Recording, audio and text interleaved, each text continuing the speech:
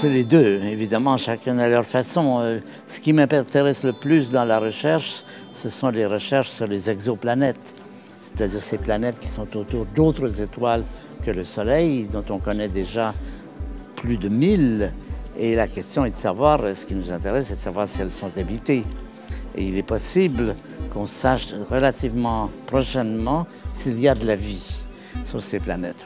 Non pas des girafes ou des éléphants, mais des bactéries, des cellules microscopiques comme il y en a dans l'océan.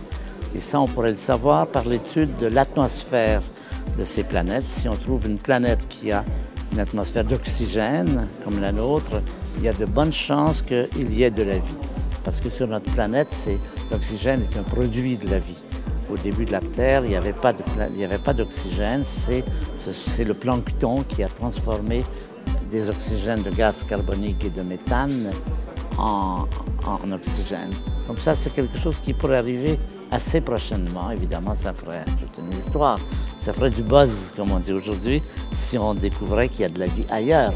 Parce que la grande question qu'on se pose depuis des milliers d'années, c'est est-ce que nous sommes seuls dans l'univers ou s'il y a ailleurs de la vie sous différentes formes.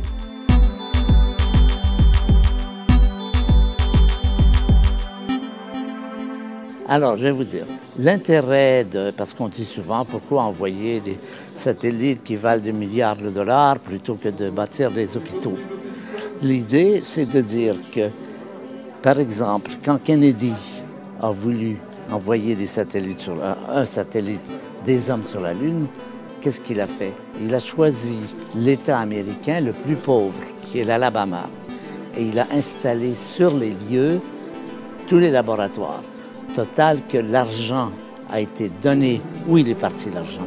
Il n'est pas dans le ciel. Ce qu'il y a dans le ciel, c'est un peu de métal, c'est pas grand-chose, ça ne vaut pas vraiment grand-chose. Tout cet argent, il est dans les poches des ingénieurs et ça a relancé l'économie. Donc c'est même un moyen intéressant de relancer une économie d'une région que d'avoir des activités comme ça qui font marcher l'économie. Depuis que les universités existent, depuis bientôt 1000 ans, le rôle de l'université, c'est de transmettre le savoir, indépendamment du fait que ça paye ou non. Les gens qui ont découvert la physique quantique n'avaient pas la moindre idée que ce serait un business de milliards de dollars avec les lasers, avec tout ça. Donc au départ, c'est la recherche sans préoccupation. Il ne faut pas orienter, c'est un des problèmes aujourd'hui. De plus en plus, on insiste, les gouvernements insistent pour que les universités fassent des recherches rentables. Mais c'est une erreur, il faut faire des recherches dans lesquelles on ne sait absolument pas, et après coup, ça peut être rentable ou non. Ce n'est pas la chose importante. La chose importante, c'est l'augmentation du savoir, c'est comprendre.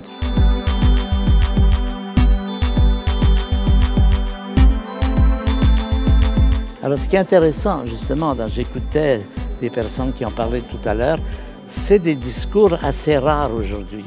Quelqu'un vient en avant et dit, voilà, qu'il y a des projets ici, il y a des possibilités d'embauche. Alors que partout, on dit aux gens, il n'y a rien, il n'y a pas d'embauche pour vous, c'est terminé, c'est foutu, vous êtes inutile.